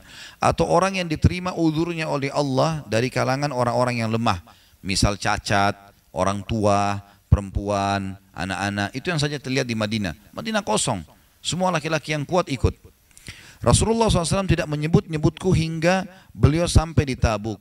Jadi selama perjalanan Nabi nggak nanya-nanya. Biasanya Nabi itu tradisinya SAW kalau habis sholat pasti nanya mana si fulan, mana si fulan. Nabi hafal semua nama sahabatnya. Kalau ada yang sakit dijenguk, kalau ada yang tidak terlihat dicari tahu informasinya. Dalam peperangan lebih-lebih lagi, Nabi absen semuanya. Mana si fulan? Dan Ka'ab bin Malik ini termasuk sahabat yang sangat dekat dengan Nabi SAW. Biasanya Nabi tanya, kata dia, waktu sudah pulang pasukan dia tanya, apakah Nabi tanya tentang saya? Para sahabat bilang, selama perjalanan tidak ada. Tapi waktu tiba di Tabuk ditanya. Lalu beliau bersabda sambil duduk di tengah pasukan pada saat sudah tiba di Tabuk, apa yang dilakukan oleh Ka'ab bin Malik? Kenapa dia nggak ada nih? Maka salah seorang dari Bani Salamah, suku anak-anak cabang dari Aus dan Khazraj ya, di Madinah berkata, wahai Rasulullah, dia tertahan oleh pakaian burdahnya dan sibuk melihat kepada kedua sisi tubuhnya. Ini orang Arab biasa mengatakan, tidak ada udurnya ya Rasulullah. Tapi bahasa santun, yang nahan dia cuma bajunya. Artinya tidak ada yang bisa, baju kan tidak bisa nahan orang. Tapi hanya itu saja. Dan kedua sisi tubuhnya artinya tubuhnya ringan, bisa pergi. Cuma dia tidak ikut. Maka Mu'adz bin Jabal radhiyallahu anhu berkata kepadanya, sungguh buruk apa yang telah kamu ucapkan. Demi Allah ya Rasulullah, kami tidak mengetahui apa yang ada padanya melainkan kebaikan. Maksudnya Mu'adz bin Jabal membela Ka'ab bin Malik. Ya. Dia bilang sama sahabat ini, buruk yang kamu ucapkan itu. Karena kami tidak tahu ya Rasulullah kecuali kebaikan. Ka'ab bin Malik ini orang soleh. Sholat malamnya, sholatnya, semua sedekahnya luar biasa. Kami tidak tahu kecuali kebaikan. Maka Rasulullah SAW diam. Tak kala beliau dalam keadaan seperti itu, tiba-tiba beliau melihat dari kejauhan seorang laki-laki yang mengenakan pakaian putih yang terlihat bergerak terombang-ambing oleh fata morgana. Maka Rasulullah SAW bersabda, orang itu adalah Abu Khaythamah. Ternyata benar, dia adalah Abu Khaythamah Al-Ansari, orang yang bersedekah dengan satu sak kurma ketika dicela oleh orang-orang munafik. Dan itu ada footnote nomor 50. Mereka menghina dan mencelanya dengan mengatakan Allah tidak memerlukan saknya orang ini. Sak itu timbangan kurma, takaran kurma. Satu sak kurang lebih 2,5 kilo. Jadi orang-orang dulu kalau mau bersedekah dia istilahkan, saya sedekah 1 sak, 2 sak, 5 sak. Nabi SAW pernah hutang 20 sak kurma dari orang pendeta Yahudi, gitu kan? Jadi itu takaran mereka, takaran 1 sak. Jadi ternyata ada orang yang nyusul pasukan, berhasil sampai di Tabuk, namanya Abu Khaythamah. Abu Khaythamah ini adalah salah satu sahabat dari Ansar yang waktu dia menyumbang, waktu orang mau perang, orang kan semua nyumbang emas, nyumbang kuda, nyumbang unta, nyumbang pedang. Abu Khaythamah karena gak punya apa-apa nyumbang dengan 1 sak kurma. Itu yang dia punya. Dan orang-orang munafik menghina itu. Makanya Ka'ab menceritakan. Ka'ab berkata, tak kalah sampai berita kepadaku bahwa Rasulullah SAW telah pulang dari Tabuk. Sebulan kemudian, karena 1 bulan Nabi tunggu di sana, pulang, kesedihanku datang lagi. Aku mulai mengingat dusta. Maksudnya aku tiba-tiba ingin berdusta. Terlintas di hatiku itu. Dan berkata, dengan apa aku bisa lolos dari kemurkahannya bila beliau besok? Ya, mulai berpikir kira-kira apa yang harus aku lakukan ya, apa yang harus aku ucapkan. Untuk hal itu aku meminta bantuan kepada semua orang yang cerdik pemikirannya dari keluargaku. Kira-kira apa nih alasanku besok kalau Nabi tanya? Kenapa sih Nabi tanya nih? Maka tak kala diberitahukan bahwa Rasulullah SAW telah mendekati Madinah, hilanglah dari diriku segala pikiran yang batil. Yang tadi mau dusta, udah nggak ada, buyar semua. Hingga aku benar-benar mengetahui bahwa aku tidak akan selamat dari beliau dengan cara apapun selamanya. Maka aku bertekad untuk bersikap apa? Jujur pada beliau. Nanti akan kita ambil pelajaran diantaranya. Jujur ini luar biasa hasilnya. Rasulullah SAW tiba pada keesokan harinya. Dan biasanya apabila beliau pulang dari safar, ini hukum lain lagi. Beliau SAW memulai dengan masjid. Beliau melakukan sholat 2 rakaat kemudian duduk di hadapan orang-orang. Jadi namanya sholat sunnah tiba safar, ya. Setiap tiba safar, Nabi sebelum pulang ke rumah, ke masjid sholat 2 rakaat dulu. Jadi kayak kita tiba di bandara, mampir musola, sholat 2 rakaat. Niatnya dalam hati, sholat datang dari safar. Ya. Ini tradisi Nabi SAW. Ketika beliau melakukan demikian, orang-orang yang tidak ikut perang mendatangi beliau untuk menjelaskan udhurnya dan bersumpah kepada beliau. Mereka berjumlah kurang lebih 80 orang. Maka beliau menerima lahirnya mereka. Jadi orang-orang munafik pada datang, ya Rasulullah maafin kami betul-betul tidak bisa pergi karena ada yang bilang lupa, ada yang bilang istrinya sakit, ada yang bilang anaknya sakit, bohong semua ini. 80 orang munafik ini semuanya bohong. Maka Nabi SAW menerima lahir mereka. Maksudnya apa yang mereka ucapin saja. Membaiat mereka, mengatakan baiklah, selama kalian masih tetap muslim, dan memohon ampun untuk mereka, serta menyerahkan rahasia mereka kepada Allah. Hingga aku yang datang, kata Ka'ab. Tak kala aku mengucapkan salam, beliau tersenyum dengan senyuman orang yang sedang marah. Kemudian beliau berkata, kemarilah. Aku datang berjalan hingga aku duduk di hadapan beliau. Beliau berkata kepadaku, apa yang membuatmu tidak ikut serta berperang? Bukankah kamu telah membeli kendaraanmu? Ada tunggangan baru kamu. Kenapa nggak pakai berperang? Ka'ab berkata, aku berkata, wahai Rasulullah, sesungguhnya saya atau aku, lebih baik sebenarnya aku semua saja ya. Jadi karena sudah dipakai aku tadi sebelumnya, sesungguhnya aku demi Allah seandainya aku duduk di hadapan orang selain anda dari penduduk dunia, pasti aku yakin bahwa aku akan lolos dari murkahnya dengan sebuah alasan. Maksudnya aku bisa bohongin. Karena aku telah diberi kemampuan untuk berdebat. Di situ footnote nomor 51, yakni kefasihan, kelancaran, dan keahlian dalam berbicara. Ka'ab bin Malik terkenal orang yang cerdas. Akan tetapi demi Allah, aku benar-benar mengetahui bahwa jika hari ini aku menceritakan kepada anda cerita dusta, yang dengannya anda bisa merelakanku, tentu tidak lama Allah pasti menjadikan anda murka kepadaku. Akan turun wahyu membongkar itu. Dan betul nanti akan kita baca ada turun ayat membongkar itu. Dan apabila aku menceritakan kepada anda dengan cerita yang jujur, pasti anda murka kepadaku karenanya. Sesungguhnya dengan kejujuran ini, aku mengharap akibat yang baik dari Allah. Footnote nomor 52 di bawah, maksudnya akibat yang baik berupa diterimanya taubat aku oleh Allah dan keridhaan Rasulullah SAW kepadaku. Dan karena kejujurannya lah Allah benar-benar menerima taubatnya nanti. Demi Allah, aku tidak memiliki uzur. Jujur dia, ya Rasulullah tidak ada uzur. Sehat, kuat, harta ada. Tiba-tiba aja aku malas gitu. Apa adanya sampaikan, ngaku. Demi Allah, aku tidak pernah sekuat dan sekaya daripada ketika aku absen dari perang Tabuk ini bersama anda. Kata Ka'ab, maka Rasulullah SAW bersabda, adapun orang ini, tadi kan ada 80 orang dusta semua tuh. Ka'ab datang, kata Nabi, adapun orang ini ditunjuk depan para sahabat, maka dia telah berkata jujur, maka berdirilah, ya, maksudnya pulanglah ke rumahmu hingga Allah memberikan keputusan tentangmu. Nanti akan turun wahyu mengingatkan, kau diterima tobatmu atau tidak. Kenapa nggak ikut perang? Nggak ada alasan, Rasulullah panggil. Beberapa orang dari Bani Salama berjalan mengikutiku. Mereka mengatakan kepadaku, demi Allah, kami tidak pernah mendapatimu berbuat dosa sebelum ini. Ternyata engkau tidak mampu mengajukan udzur kepada Rasulullah SAW seperti udzur yang diajukan oleh orang-orang lain yang absen. Padahal istighfar Rasulullah SAW untukmu telah cukup untuk menghapus dosamu. Karena Nabi SAW tadi bilang kepada orang-orang munafik, ya sudahlah, semoga Allah ampuni kalian. Kata orang-orang Bani Salama kepada Ka'ab, tadi kalau kau mengaku saja, bilang saja apa, udzur bohong, gitu kan? Maka Nabi akan istighfar untukmu. Ka'ab berkata, demi Allah, mereka terus mencelaku hingga aku ingin kembali kepada Rasulullah SAW untuk mendustakan diriku. Kemudian aku katakan kepada mereka, apakah ada seseorang yang mengalami hal seperti ini denganku? Ada enggak penduduk Madinah, bukan orang munafik, yang juga tidak ikut perang selain aku? Mereka menjawab, iya, ada 2 orang lagi yang mengalami hal seperti ini bersamamu.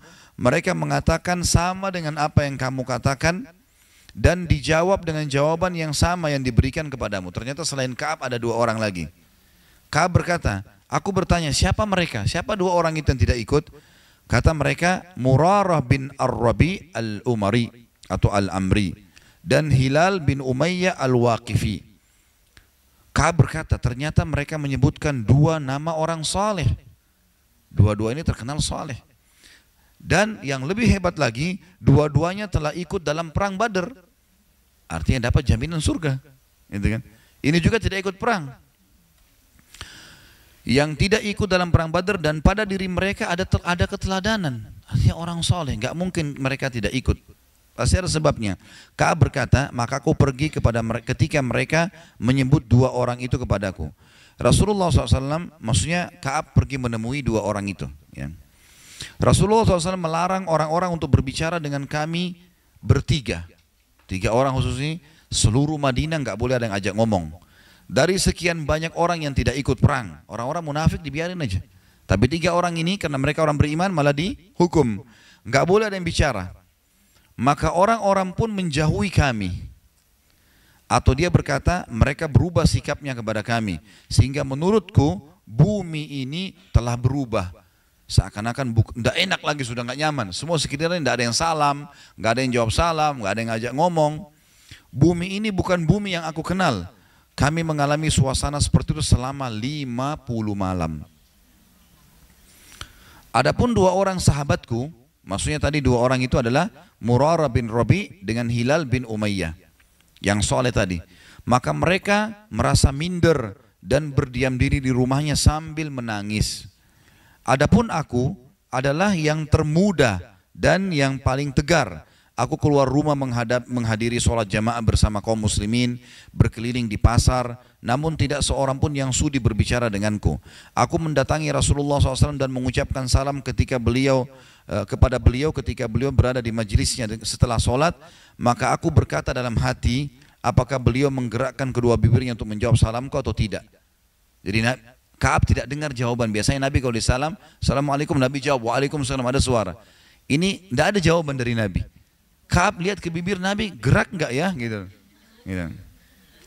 Jadi dia ceritakan detail ini. Kemudian aku sholat di dekat beliau dan aku mencuri pandang kepada beliau. Dan apabila aku sudah mulai sholat, beliau memandangku. Jadi kalau Ka'ab lagi sholat, Nabi lihat. Tapi kalau lagi dia lihat karena Nabi, Nabi buang muka. Apabila aku menoleh kepada beliau, maka beliau memalingkan wajahnya dariku. Hingga ketika isolasi, yang ini maksudnya mungkin lebih tepatnya pemboikotan ya. Isolasi berarti dilakban.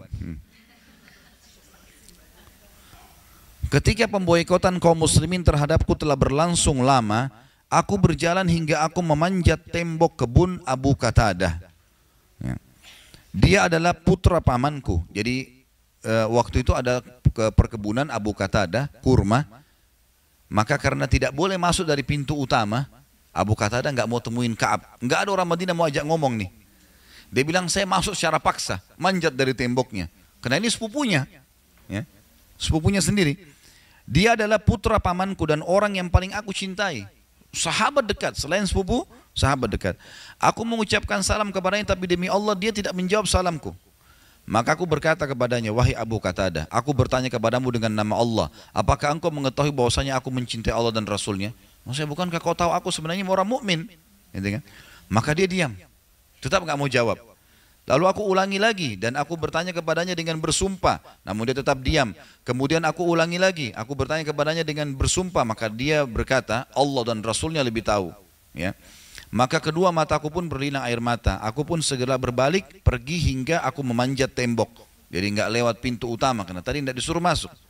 Tak kala aku berjalan di pasar Madinah, tiba-tiba seorang petani dari petani penduduk Syam yang datang untuk menjual makanan di Madinah berkata, siapa yang bisa menunjukkanku ya, Ka'ab bin Malik? Jadi ada orang dari negeri Syam datang bawa surat. Tak kala aku berjalan di Madinah, di pasar Madinah, tiba-tiba seorang petani dari petani penduduk Syam yang datang untuk menjual makanan di Madinah berkata, siapa yang bisa menunjukkan kepada Ka'ab bin Malik? Maka orang-orang langsung menunjukkannya kepadaku. Hingga dia mendatangiku lalu menyodorkan kepadaku sepucuk surat dari Raja Ghassan. Raja Ghassan ini adalah raja Arab tapi kafir. Rupanya sampai keluar Madinah ini terdengar ada 3 orang yang tidak ikut perang, gitu kan, dan diboikot.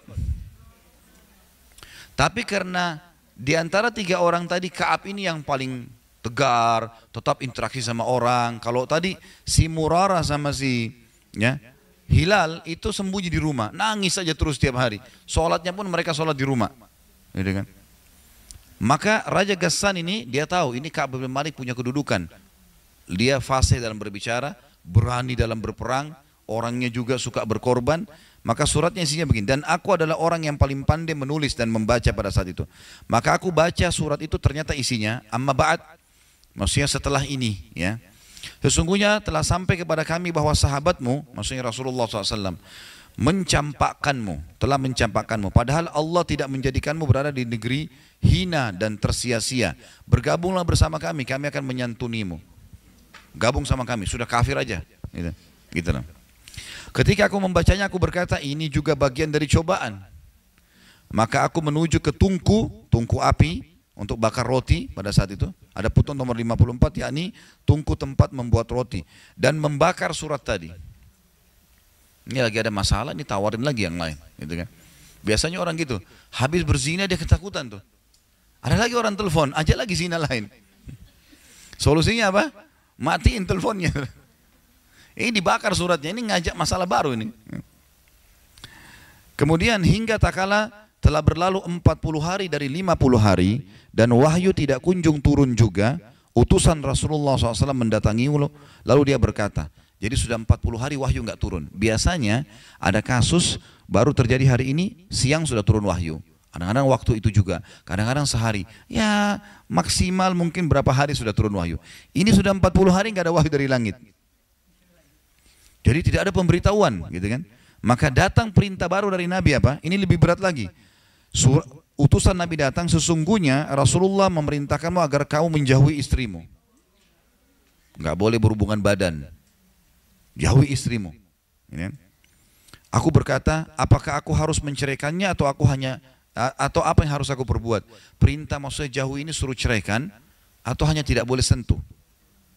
Maka dia berkata utusan Rasulullah, tidak cerai, tapi jauhi dia dan jangan mendekatinya. Orang Arab menggunakan bahasa santun, jangan dekati, maksudnya jangan gauli, ya. Dan beliau mengutus kepada kedua sahabatku juga pesan yang serupa. Dua orang tadi yang itu juga nggak boleh sentuh istrinya juga, gitu kan. Dikatakan di sini, maka aku katakan kepada istriku, pulanglah ke rumah keluargamu, tinggallah bersama mereka hingga Allah memutuskan perkara ini. Jadi lihat bagaimana ikhlasnya Ka'ab menerima ini. Dia tahu dia salah, tapi dia sabarin, udah hukuman apapun saya sedia. Maka istri Hilal bin Umayyah, siapa Hilal ini? Salah satu tadi dari 3 orang itu. Ada satu orang namanya Hilal yang nangis saja di rumahnya. Maka istri Hilal datang kepada Rasulullah SAW dan berkata kepada beliau, wahai Rasulullah, sesungguhnya Hilal bin Umayyah, suamiku ini yang sedang diboikot nih, adalah orang tua yang tidak bisa melayani dirinya sendiri. Dan dia tidak memiliki pembantu, apakah anda keberatan bila aku melayaninya? Makannya, minumnya, cuci bajunya, tetap bisa enggak? Beliau mengatakan, tidak keberatan. Tapi jangan sampai dia mendekatimu. Enggak boleh sentuhan. Hukum begitu pada saat itu, enggak boleh. Maka dia berkata, demi Allah, sesungguhnya tidak ada lagi padanya keinginan kepada apapun. Kata istrinya Hilal tadi, ya Rasulullah, Hilal sudah enggak butuh biologis. Sudah sangat tua. Dan demi Allah, dia terus menerus menangis semenjak hari itu hingga hari ini. Maka sebagian keluargaku berkata kepadaku, bagaimana kalau engkau juga meminta izin? Maksudnya kembali kepada Ka'ab bin Malik. Waktu ternyata Nabi izinkan istrinya Hilal tetap melayani, ya kan? Maka sebagian keluarga Ka'ab datang berkata kepada Ka'ab, bagaimana kalau kau juga meminta izin kepada Rasulullah tentang istrimu, supaya istrimu juga tetap bisa melayanimu, jangan suruh pulang ke rumah orang tuanya. Karena beliau telah mengizinkan istri Hilal bin Umayyah untuk melayaninya. Maka aku menjawab, aku tidak akan meminta izin kepada Rasulullah SAW tentang istriku. Siapa yang tahu apa yang akan dikatakan oleh Rasulullah SAW jika aku meminta izin kepada beliau tentang istriku? Karena aku adalah laki-laki yang masih muda, maka aku tetap menjalani hidup seperti ini selama 10 malam hingga genaplah bagi kami 50 malam semenjak diberlakukan larangan berbicara dengan kami. Kemudian aku sholat subuh pada pagi hari yang ke-50 di atas atap salah satu rumah kami, maksudnya rumah penduduk Madinah, ketika aku sedang duduk dalam keadaan yang telah disebutkan oleh Allah Ta'ala tentang kami, sementara maksudnya duduk dalam kondisi jiwaku tertekan, gak ada yang ngajak ngomong, 50 hari diboikot. Sementara jiwaku yang terasa sempit dan bumi pun telah menjadi sempit bagiku, padahal bumi itu luas. Tiba-tiba aku mendengar suara orang yang berteriak dengan suara keras dari atas gunung Sala. Dan gunung Sala ini, ya, itu adalah salah satu gunung di Madinah untuk menyampaikan iklan, informasi. Karena gunungnya bukit lah ya, bukan gunung, bukit yang bisa orang muda naik dan suaranya lebih terdengar pada saat teriak dari situ. Dia berteriak dengan suaranya yang paling keras, wahai Ka'ab bin Malik, bergembiralah. Maka aku langsung menyungkur sujud. dan aku tahu bahwa jalan keluar telah datang.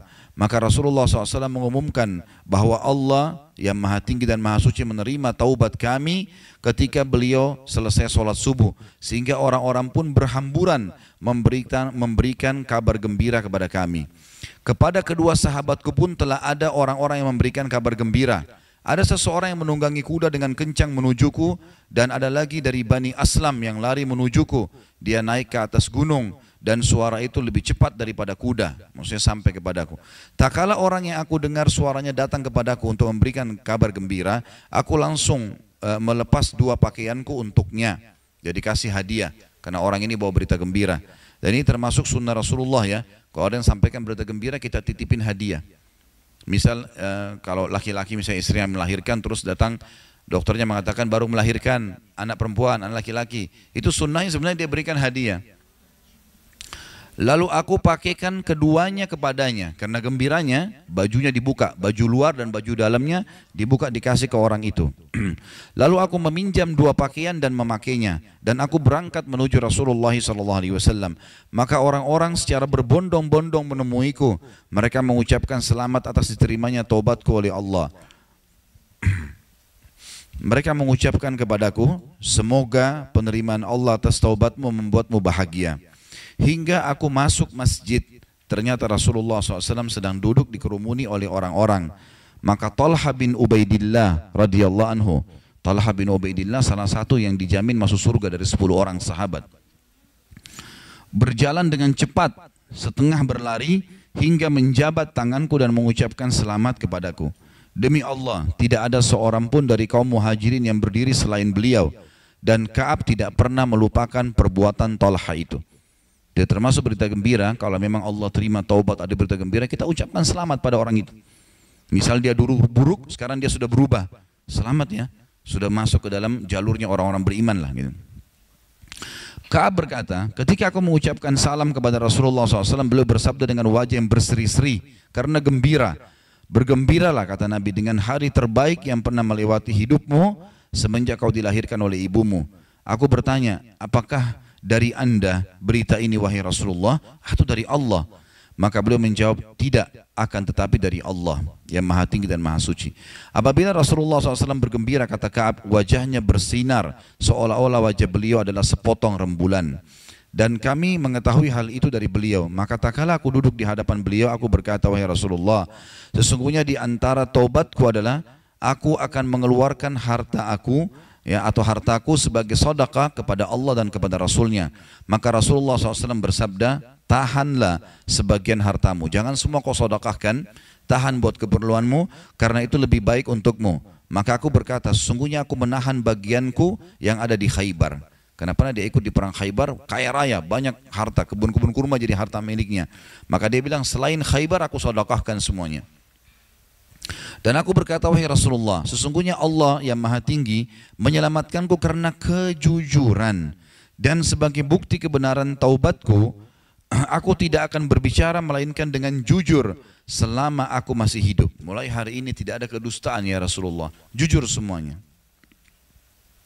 Maka demi Allah, aku tidak mengetahui seorang pun dari kaum muslimin yang diberi nikmat oleh Allah dalam kejujuran ucapan semenjak aku katakan hal itu kepada Rasulullah SAW yang lebih baik daripada apa yang telah dianugerahkan oleh Allah kepadaku.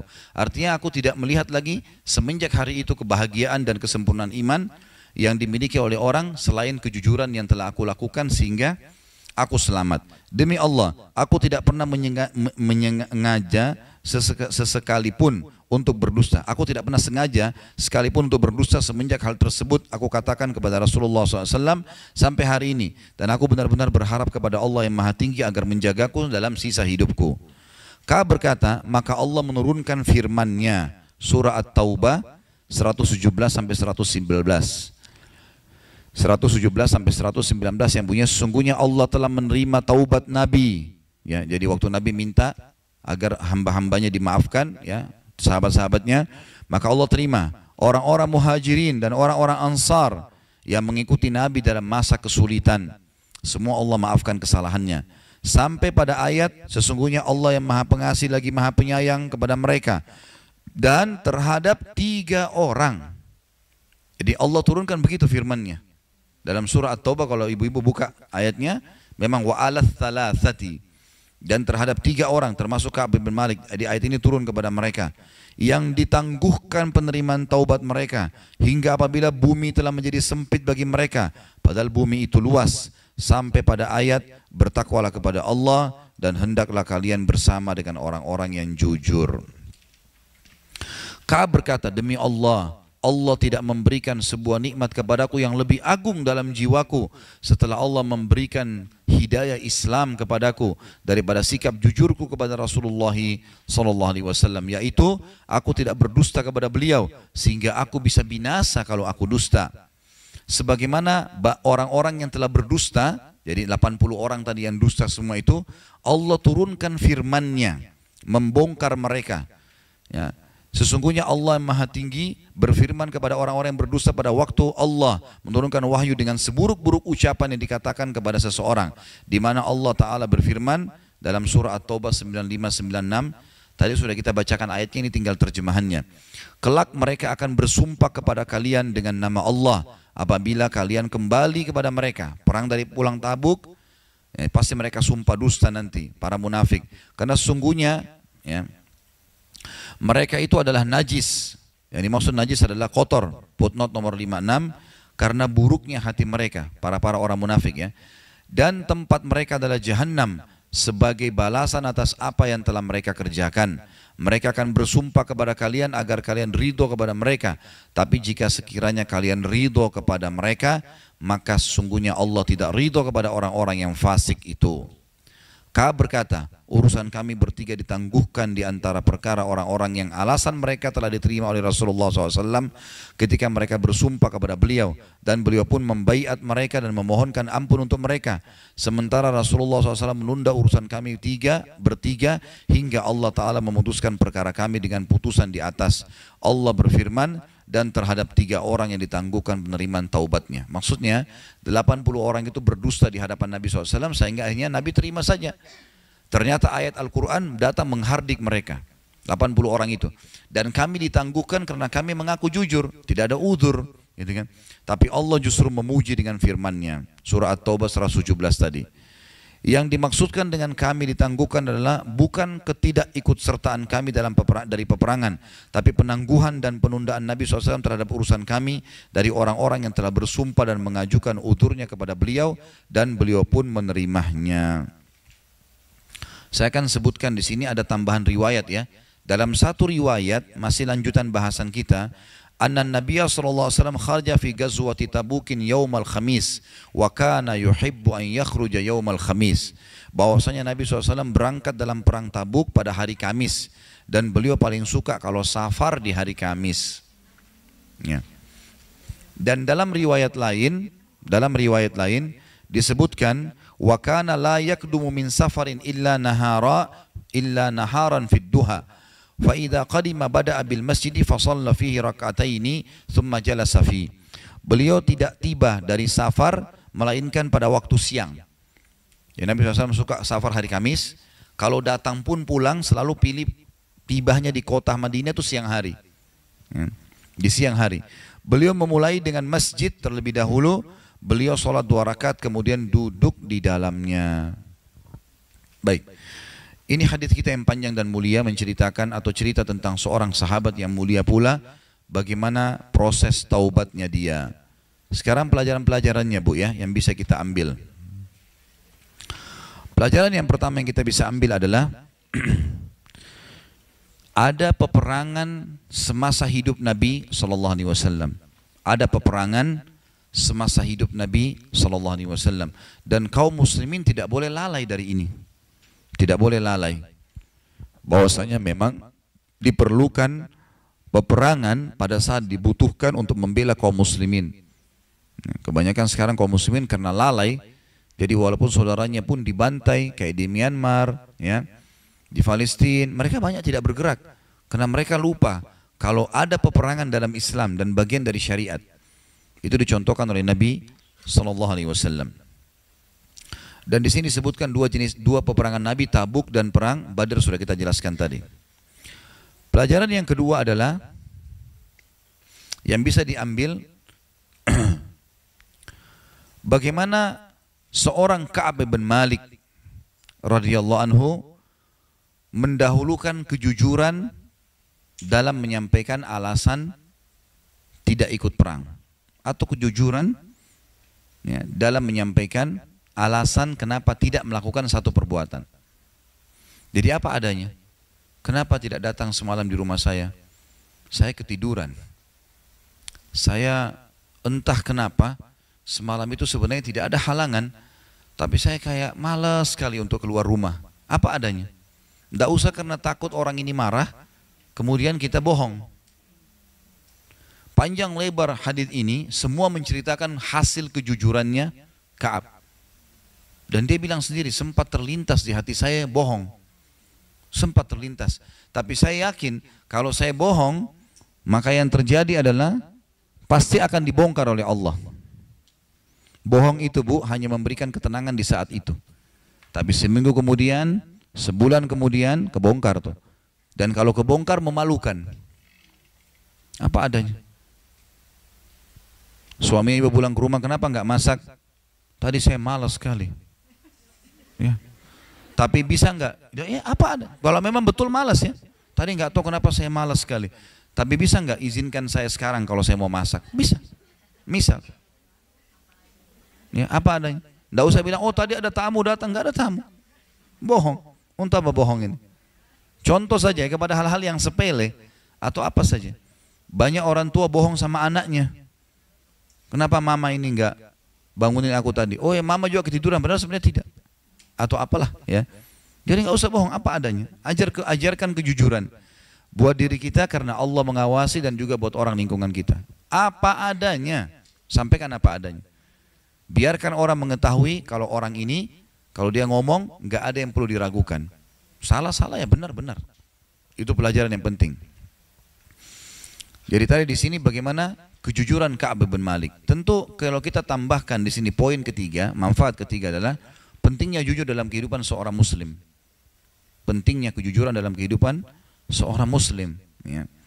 Dan banyak sekali hadis yang berhubungan dengan masalah kejujuran ini.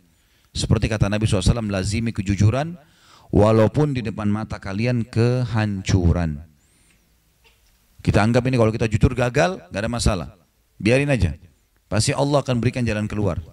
Dan jauhi dusta walaupun depan mata kalian keberhasilan. Karena pasti gagal. Ini mobilnya Bu, yang mau dijual pernah tabrakan nggak? Oh nggak pernah. Padahal sudah 10 kali tabrakan. Alasannya supaya laku. Pasti pembelinya pergi nggak jadi beli tuh. Oh pernah tabrakan. Sisi kanan mobil, tapi saya sudah masukin bengkel, silakan dicek. Jujur apa adanya, laku tuh mobilnya. Jujur adalah kata kunci semuanya. Ya. Kemudian di sini juga dikatakan, ya, atau faedah yang ketiga yang kita bisa ambil, faedah yang keempat ya. Sebenarnya tadi yang ketiga sama kedua itu sama. Cuma saya bilang kalau kita mau tulis poin ketiga, bisa kita tulis. Baiklah, yang keempat. Di sini fadilah jihad, fadilah berjihad di jalan Allah, dan mendahulukan jihad daripada urusan dunia. Di sini kita lihat ambil pelajaran dari kasus di Madinah waktu itu lagi panas-panasnya, sebentar lagi panen kurma, dan itu adalah pekerjaan utama penduduk Madinah. Mereka tinggalkan dan mereka pergi berjihad di jalan Allah.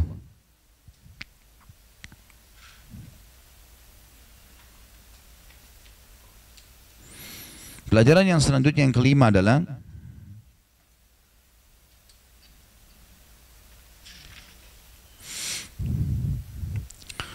Allah subhanahu wa ta'ala akan memberikan dukungannya kepada orang-orang mukmin.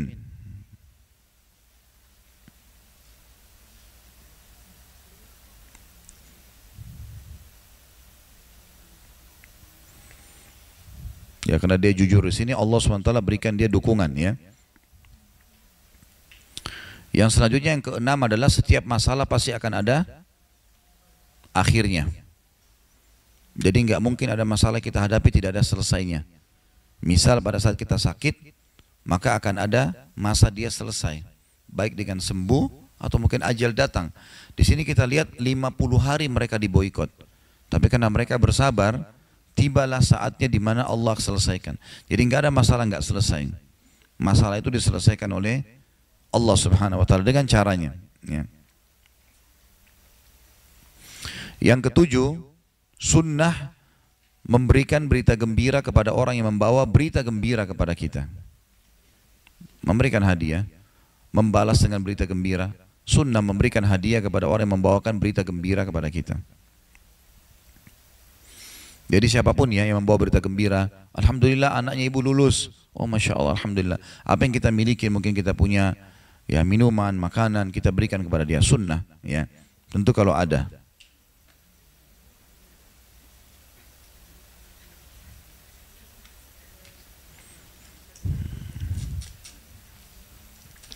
Kemudian yang kedelapan adalah sunnah safar di hari Kamis. Sunnah safar di hari Kamis. Jadi kalau orang adakan perjalanan hari Kamis, sunnah Nabi lakukan itu. Tidak selamanya kita harus tahu kenapa gitu, ya. Nanti kalau kita tanya selalu kenapa Allah buat duhur 4 rakaat, kenapa asar 4 rakaat, kenapa enggak jam 2 sekalian digabung? Allah maunya begitu. Jadilah orang yang patuh, ya. Kenapa harus ada perempuan dan laki-laki? Kenapa tidak ada jenis kelamin yang ketiga? Allah mau begitu. Terimalah keadaan. Yang kesembilan, ya, sunnah bila datang dari safar di siang hari. Sunnah kalau datang dari safar siang hari. Cari penerbangan kalau kita sekarang tiba di kota kita di siang hari, sore hari masih terang. Ini sebagian ulama menambahkan mengatakan ini akan mendatangkan ketenteraman jiwa. Kalau malam itu sudah capek, gelap, udah banyak hal yang sebenarnya lebih baik dihindari. Yang terakhir yang ke-10 adalah sunnah sholat 2 rakaat pada saat datang dari safar. Sunnah sholat 2 rakaat pada saat datang dari safar. Ini faedah-faedah yang bisa diambil dari hadis kita. Allahu a'lam.